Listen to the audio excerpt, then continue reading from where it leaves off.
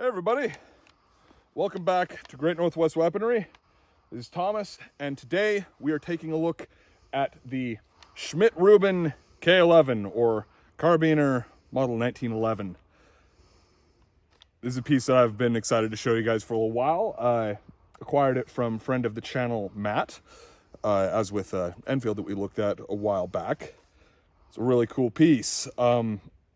We'll get more into this when we go to talk about history, but calling this a Schmidt-Rubin is kind of a loose term, but I will continue to call it as such, as up to the Model 1911 carbine and rifle, the Schmidt-Rubin bolt design stayed in service. That really didn't change until the K31, which also we'll get more into if we ever get one of those, because they're not really hard to find. But this is a really interesting rifle. This is the second straight pull that we've ever looked at on the channel, and the first weapon from Switzerland, the Great Neutral of both world wars. Meanwhile, before we get too far into it here, let's go ahead and go into the gun room and talk K11 history.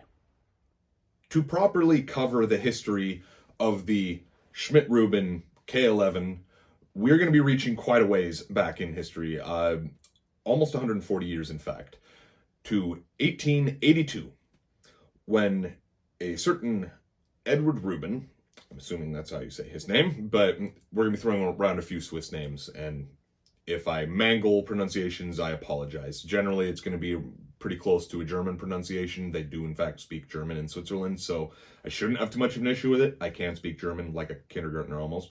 But anyway, Edward Rubin began work on his first straight pull bolt action rifle in 1882. Took him several years to get this accomplished, but he would eventually release the Model 1889 Schmidt-Rubin straight pull bolt action rifle. The Swiss Rifle Commission took a particular issue with one part of this design before the rifle was even officially issued. They were not a fan of the locking system. The locking lugs on the bolt were actually in the center of the bolt rather than closer to one end or the other. And they actually assigned Colonel Rudolf Schmidt in 1888 to fix this, but he said it couldn't be done. So the gun went into production and went out into the field and was tested and used. And by 1892, they decided, we were right, this is a problem. The gun is too prone to binding, and this mechanism is good, but flawed. So now they would assign a certain Colonel Vogelsang, I believe is how it is said, to rework the bolt. And he did accomplish this fairly quickly with the help of an assistant. I don't recall his name off the top of my head. But because of bureaucratic changes, the new design would not be tested until 1895. Very shortly after testing, it was determined that, yes, this is an acceptable update to the bolt, and now you officially have the Model 1889-96. Original 1889s could not easily be converted to the new bolt. The chambering just wouldn't line up properly, so they were left as is and pretty much just put in storage. It's also worth noting, Rubin designed the cartridge as well. The GP90 is what it was called, or Gewehr's Patron 1890, and that is what would be issued in the original 1889s, the 1896s, or 1889-96s as they were more properly called, and various models leading up to the K11. In the interim, the bolt would not be changed. All the way up through the K11, the 1896 to K11 used the same bolt system. And this wasn't changed until the model 1931, the K31, of which we're not really going to get too much into K31 history, as I very much intend on having one of those in my collection down the road, and we'll get a little more into those changes then. Now, there was a interim model before the official introduction of the K11 and the G11 that is worth noting, this being the Model 1896-11. These were a conversion of 89-96s to a new cartridge. Now, this is where we're actually getting into the real guts of how the K11 and the G11 came to be. So, 1907, Swiss Rifle Commission determined that GP90 was obsolete. Their neighbors were adopting new cartridges around this time that were considered superior to GP90. Spitzer cartridges were becoming a thing, so they decided they needed a new cartridge and that they were going to overhaul the Schmidt-Rubin design to a degree. It still maintained the same bolt system. The magazine would be changed. The original magazines were a non-detachable magazine with a cutoff on the 8996s and the earlier 89s. And again, emphasis on the Model 1889s, the pure 1889s, they never would be updated to another form, if only because of the bolt. Later models would be. Mostly the Model 1896 would be updated to a 96-11. And these updates were quite a few. So first, the front barrel was stripped out and completely replaced. This would also be accompanied by a replacement of the front sight, and the new barrel was just to fit the new cartridge, because a Spitzer cartridge isn't going to line up quite the same way that a round nose does. The action would be largely unchanged. These are all a 7.5 millimeter cartridge, and the actual casing sizes didn't really change much. It was more of a matter of actual projectile shape than anything. But again, back to the changes. Replacement of the barrel and the front sight. They grafted a pistol grip that would look just like this onto what was previously a straight stock. And the magazine was replaced with a 6-round detachable box, and to accommodate the new detachable box, a new trigger guard was designed. All of these design implements would be kept in the actual model 1911, just actually built into it. So there'd be no grafted on pistol grip. It was actually the stocks were cut to be that way. As you can see, this is all one piece for the lower portion anyway. The handguard is a separate piece. But the overhaul of the 1896 took basically all of the 1910s to complete. And at the same time that these guns are being updated, they're also now producing Model 1911 rifles and carbines. The carbines and rifles were produced concurrently. The K11 itself would actually outlast the rifle, being produced all the way until 1933, when it was officially phased out for the K31. The rifle itself was done away with 14 years earlier in 1919, following the end of World War I, though Switzerland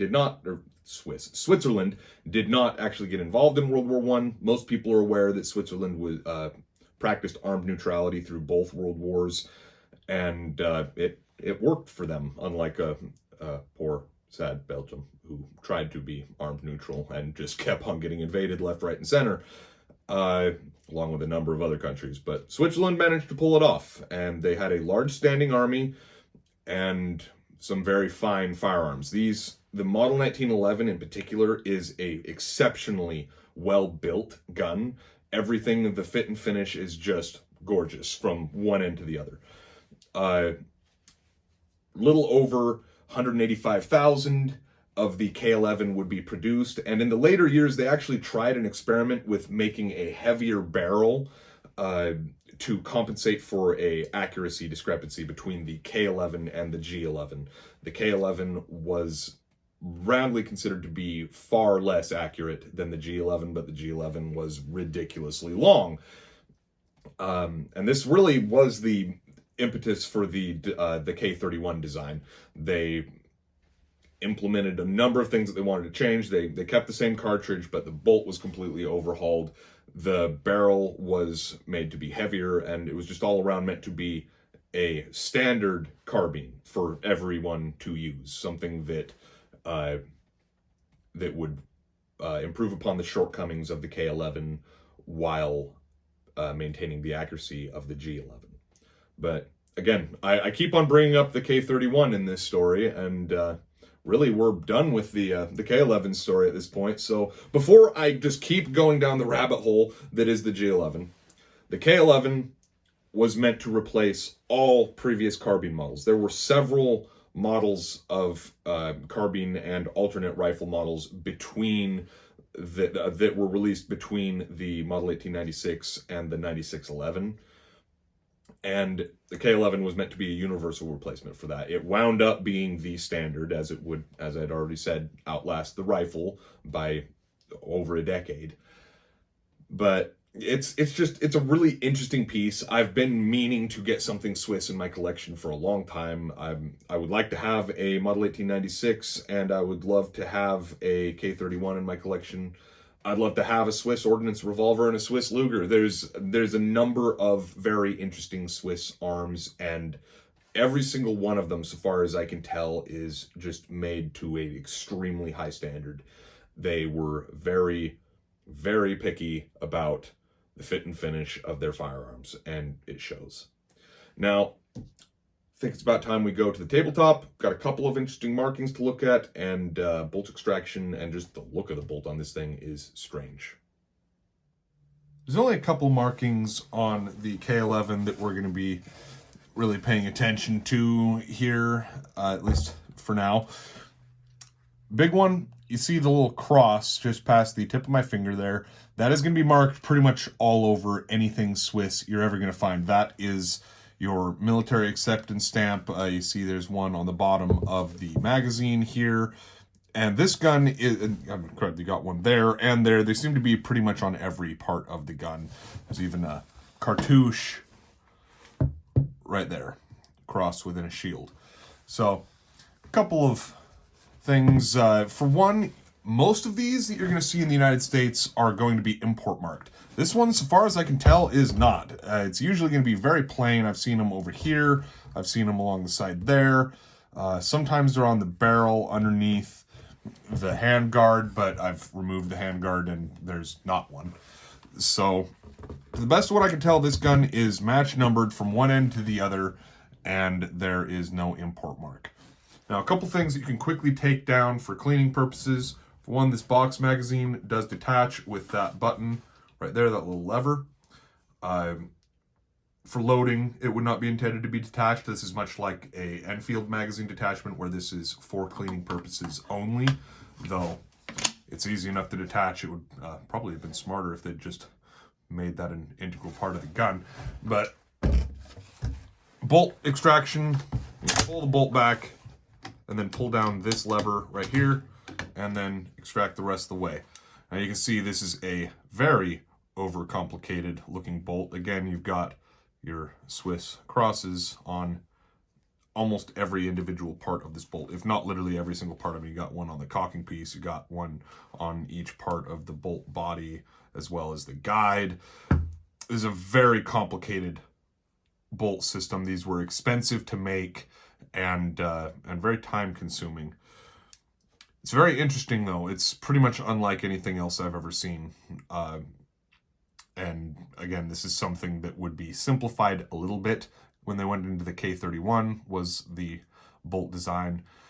We also talked about the locking lugs on the bolt is a pretty integral part of the design and what differentiates the Model 96 from, the Model 96 from the Model 89, and then up to the K11, they use the same bolt. So your bolt is going to look pretty similar, if not near identical, from the Model 96 up to the K11. By the time you get to the K31, it would be changed. But the big thing that we talked about was these right here guides for the bolt. On the earlier examples, these were kind of in here-ish. It was a bad spot for them, and even on the K11, there are complaints of the bolt binding. I have not personally experienced any binding issues, but it was something that was talked about. Binding, accuracy, and just the overall expense to produce the gun were the major concerns with the K11. Reinsertion of the bolt, just gonna get started and then pull down on this lever.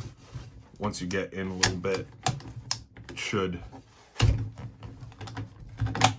just go in at this point. I don't know what I'm doing wrong. Gotta depress the the ramp. Silly me. Then just push the rest of the way in. You can hold onto the hook and pull the trigger to depress your cocking piece.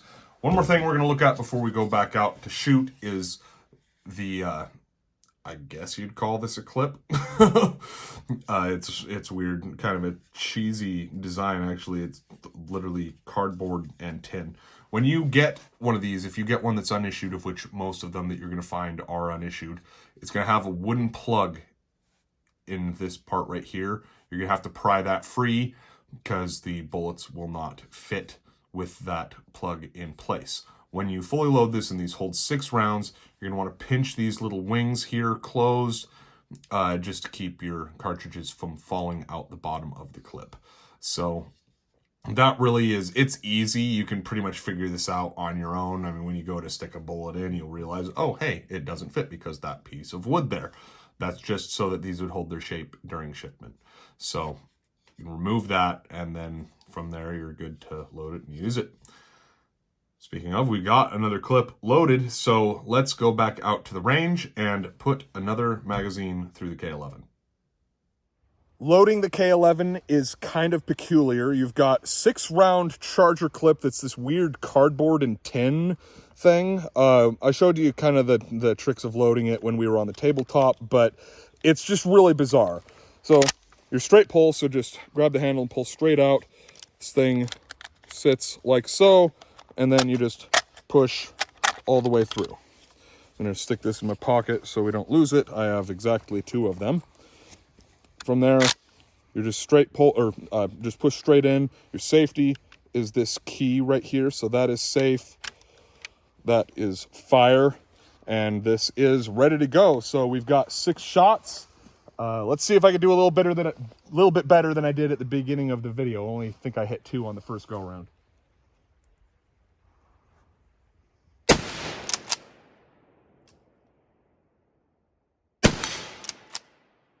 I killed the target, so we'll never know if I did better because I'm just going to keep shooting that stump.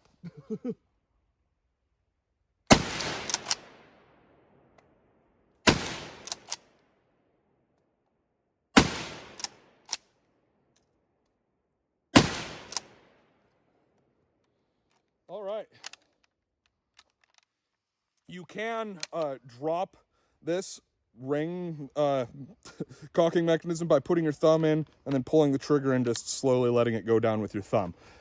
This thing has extremely positive ejection, as you probably noticed. As you pull that open, that is flinging brass hard. It's an interesting rifle to shoot. I don't know, it actually feels really nice. As we discussed, there were complaints from soldiers about the accuracy of the K11 versus the G11, which was considered very accurate, but it is a really well-made rifle. Again, we talked about this, but they were very expensive to make. That's actually why they switched to the K31, largely was accuracy in a carbine form was something that they wanted, and they wanted it to be quicker and cheaper to make than the 1911 series of rifles and carbines. But anyway, glad we finally got to take this thing out to the range. Hope you all enjoyed the video. It's been Thomas of Great Northwest Weaponry, and we'll see you next time.